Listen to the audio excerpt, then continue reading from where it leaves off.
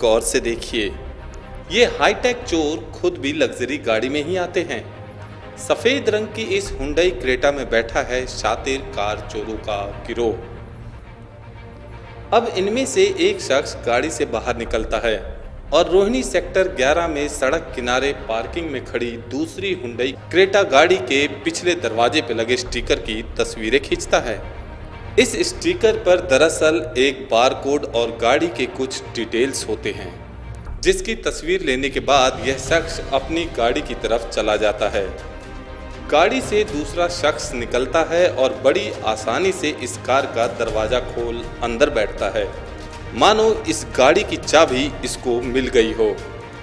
इसी बीच पहला शख्स भी अपनी गाड़ी से निकल इस कार की तरफ आ जाता है।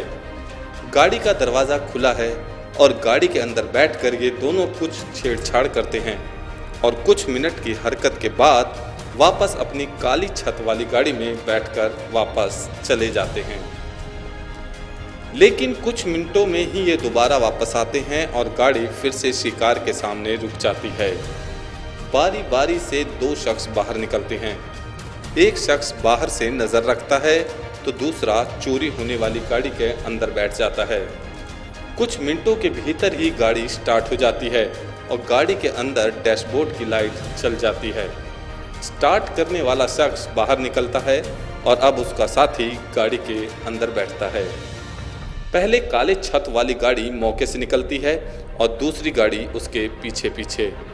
बेहद सफाई से ये शातिर चोर 15 लाख की बिल्कुल नई गाड़ी ले उड़ते हैं और किसी को इस बात की भनक तक नहीं लगती। अब सवाल ये है, आखिर क्या था इन चोरों का फॉर्मूला? गाड़ी में बिना कुछ तोड़फोड़ किए सिर्फ बारकोड से निकाल लिया गाड़ी अनलॉक करने का तरीका। चोरी की ये हाईटेक तकनीक आखिर क्या है? गाड़ी मालिक रोहित ने कुछ ऑटो एक्सपर्ट से बात की तो उनको पता चला कि ये चोर लेटेस्ट टेक्नोलॉजी से लैस होते हैं। मैं यहीं पे रहता हूँ सेक्टर 11 में।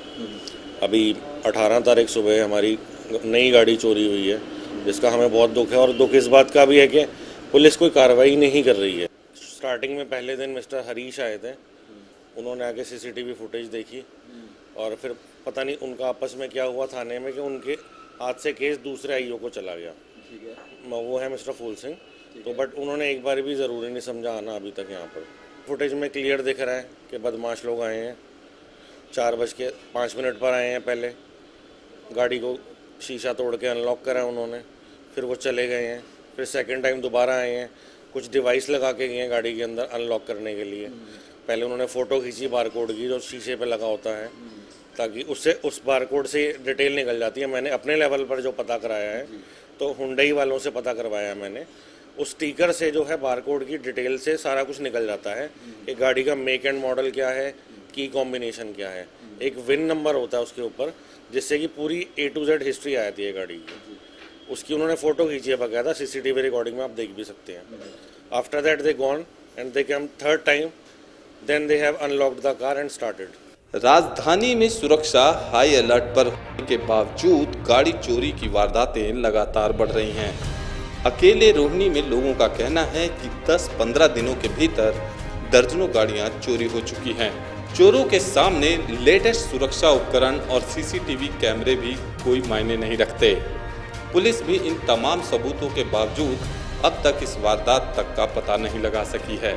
हाई अलर्ट के ऊपर आप ये देखो, इतनी बड़ी गाड़ी है, इसके अंदर कुछ भी कोई भी कांड कर सकते हैं, लेकिन दिल्ली पुलिस इसके ऊपर कोई एक्शन नहीं ले रही। दिल्ली पुलिस की तरफ से पब्लिक को कोई संतुष्टि नहीं है। और जहाँ तक हमारा दिल्ली पुलिस से और सुरक्षा के उसके ऊपर है, आप ये देखो मेन रोड से इतनी हाई टेक चोरी हुई है। बड़े आराम से आए हैं, 3 बार आके गाड़ी को चोरी करके ले गए हैं। उसके बावजूद भी किसी का आज तक कोई रिस्पांस नहीं है, ना पुलिस का ना और किसी का, कि हाँ भाई, और कोई इन्वेस्टिगेशन डिपार्टमेंट भी हमारे पास नहीं पूछने आया कि जी आपकी गाड़ी चोरी हुई, क्यों हुई, कैसे हुई। इसकी तरफ से हमारे को कोई कहीं से भी कोई भरोसा नहीं मिला। वहीं चोरी की बढ़ती वारदातें सुरक्षा इंतजाम पर भी बड़े सवाल खड़े करती है। दिल्ली से दिल्ली दर्पण के लिए लोकेश कुमार के साथ अभिजीत ठाकुर की रिपोर्ट।